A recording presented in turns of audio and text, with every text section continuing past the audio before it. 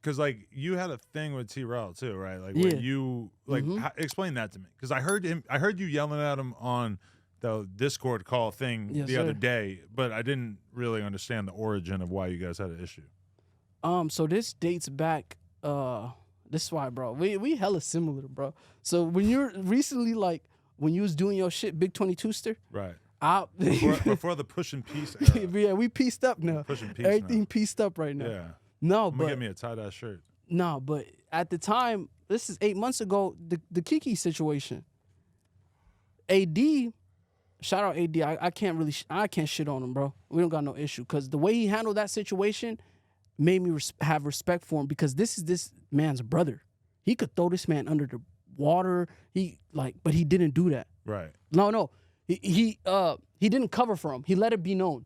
Like he didn't try to just because he's my brother, I'm gonna try to cover for him. But T-Rell, on the other hand, on your platform that has a gigantic reach, right? Damn near 5 million people, millions monthly, and goes, that little nigga, we don't know that little nigga. Ain't nothing happening for that little nigga. Give it up. You ain't finna make it on your platform. And at this time, this is like the topic of conversation in the No Jumper universe, right? Kiki is allegedly a scammer, even though he's not. I'm not calling. There was a while there where that was all anybody was talking about on the Reddit and shit. It was all stuff that wasn't happening on No Jumper, but it was all that they were talking about on the No Jumper Reddit. And then I'm just so shocked because AD, he like, all right, so the young man, he got a situation happen with him and Kiki. It wasn't his fault. I offered the young man his money back. He's a dope content creator. He's doing his shit. Salute to him. Here go T-Rell out of nowhere. Man, f that little nigga. We don't know that little nigga. Mind you, everyone in the universe knows that it's referring to me. So I'm getting a whole bunch of clips in my DM like, damn, T-Rell said, f you. T-Rell don't f with you. Me and T-Rell was DMing. He has reached out to me and like gave me my props and shit. So for him to do that, I was just like, damn, you really just said f me in front of all these people for what? I'm pushing peace, so I'm not dissing him when I say this, but that's kind of like his go-to, is to say like F this person or F that thing and just get the high-pitched voice I used to call it, where he was like, F him, and it's just kind of like, I don't mama. And then once that start happening, what am I gonna do? This is a nigga from a respected neighborhood. What am I gonna do? And then that's it. You can't walk LA. Yeah. So I'm just like, okay, I had to shut up and eat that for 8 months, Adam. Oh, wow. I'm getting DMs like, damn, he really dissed you. And then he brought Kiki to his platform to tell the story again and make me look like I'm the f***ed up one. Meanwhile, I'm sleeping in my car, sending extras on top of the interview money because some situation and there might be a child involved and I got a heart. So I'm like, yeah, I might be sleeping out the car doing shit. Give me a couple hours to do a couple orders and I'm going to send that through so you be straight. And I'm sleeping in my car, bro. Right.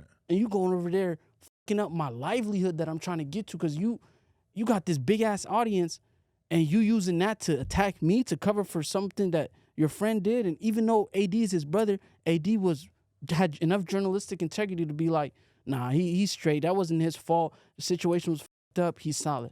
Why? AD, there's some exceptions to it, but for the most part, he's always trying to do the right thing. Oh, God. You know? And it's like, I respect that in a lot of cases where, you know, it doesn't matter who I like or who I don't like.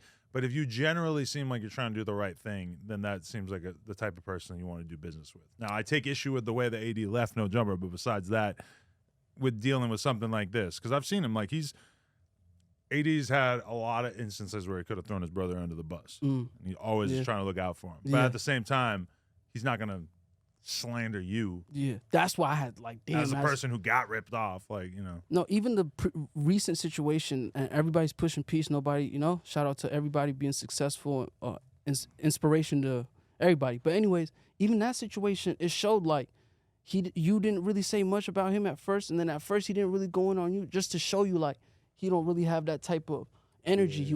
But here's the thing though, it's influence. Like, what? This type of situation happened, and then you over here, peace tree, you all good. Now you better go crazy. But even in the go crazy, you can still see there's like a line of respect between y'all two. And I'm going to say this right now. Somehow, some way, I think y'all might do some content together in the future. Not the other guy, but you and AD probably. It wouldn't be the most shocking thing in the world to me. But I feel like I'm going to be real with you. I think that the Fig Community channel, like, if it wasn't for me, I don't know that they would still really be trying to make that a thing. I feel like they have to make that successful in their minds. Otherwise, why the did they leave? Because they could have kept doing their own separate streams on No Jumper, but meanwhile, like they have to keep pushing to make that shit turn into something.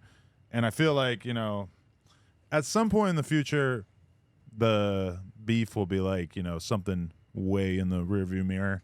Yeah. And I could maybe see it. No, but here's the thing though. But I think we're all just trying to prove that we don't need each other right now. But and the interesting part on top of that is he specifically, T-Rell, again, I'm a big fan of all of y'all, right?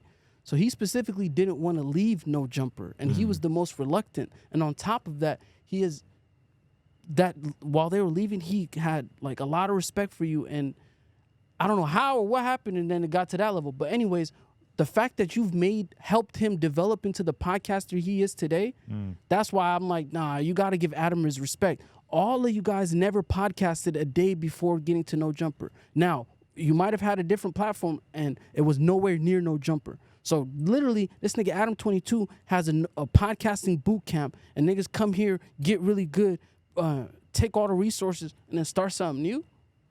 Yeah, well, it's understandable. Yeah, that's nah, but that's why I feel how you feel though, because it's like you're in position. You don't have to do nothing for nobody. You didn't have to give me this big ass opportunity. You damn near put all the Africans in Arizona on. The whole thing is that, you know, I didn't have my business right in the sense that I should have handled things differently. You know, I shouldn't have let them like start their own fucking streams where they're talking about No Jumper stuff.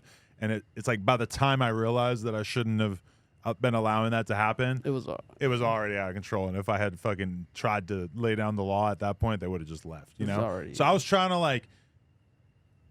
to change shit incrementally, which is why I was like, okay, AD, I'm going to take you off of this one show because it's so obvious that me and you aren't really getting along like that. And then my first attempt at incrementally changing the culture of what was going on there, boom, the whole thing falls apart. It shows you was premeditated because yeah, one show really shouldn't make that big of a difference. And then on top of that, one of them didn't really want to leave. Yeah. And literally, bro, since like T-Rell's a great podcaster, but since he's left the No Jumper platform, I haven't really seen him to his potential asking the questions. I feel like when he was at No Jumper, bro, was that nigga good. Like having conversation. Now the whole ether doesn't want to do interviews and rather have surface level conversations. Yeah. Like you're consuming 3-4 hours of people's time and want to just have like shits and giggles, hee hee ha ha. Yeah, first is cool, but the meta isn't going in that direction I'm not anymore. as into that. I feel like when you just like are talking about regular ass shit during an interview or whatever, then the interview or the piece of content doesn't have any replay value, you know? Whereas like I've done so many interviews that as time goes by, like literally I could still pay my mortgage a couple times every year off of the X interview, you know, just because like that still gets a shitload of views. It still get like a couple million views a year. Because there's substance in it. Yeah, because it's like, that's why like just doing interviews, I've kind of like people might feel a certain way. They feel like I'm kind of turning my back on what I used to be doing with the No Jumper show. But for me, just focusing on interviews feels like a return to what I got into this for. Yeah. You know, I'm still doing the whack thing weekly and everything, but like just having conversations with people and learning about them comes so naturally to me compared to like trying to, you know, I feel like by doing the weekly podcast thing, it kind of leads you in a lot of weird directions where all of a sudden you are going to spend all this time just like putting a magnifying lens to every little beef, every person that said something about you, et cetera. And I'm just not really like super interested in that at this point. But I will mention this as well, is that you remember the era where T-Rell was doing interviews on No Jumper? Yeah, fire. Yeah, it started good because we started him out with like Freeway Rick Ross, and then he had a few other highlights and everything. But like ODM Slim one, shout out ODM Slim. Yeah, that one comes to mind too. But like, okay, I was going through the full No Jumper interview playlist the other day, just looking through it, and I was trying to get a rough idea of like how many interviews I did this year.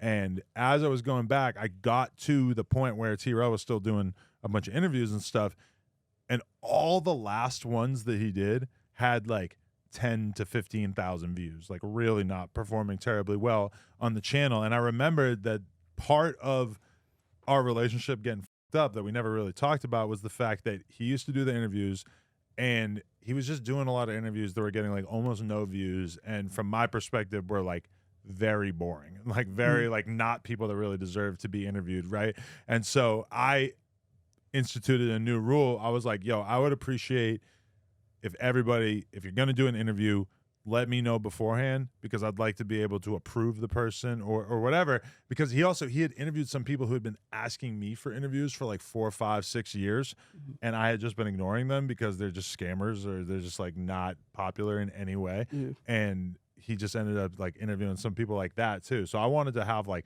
conversations about who was going to get interviewed on the platform, which I think is pretty fair. You just have to text me and say, hey, I'm thinking of working with this person, so I can like search their name on YouTube and see if they're relevant or see if they have anything going on. But that was considered such an offensive move on my part to ask for approval of podcast guests that he just never did another interview.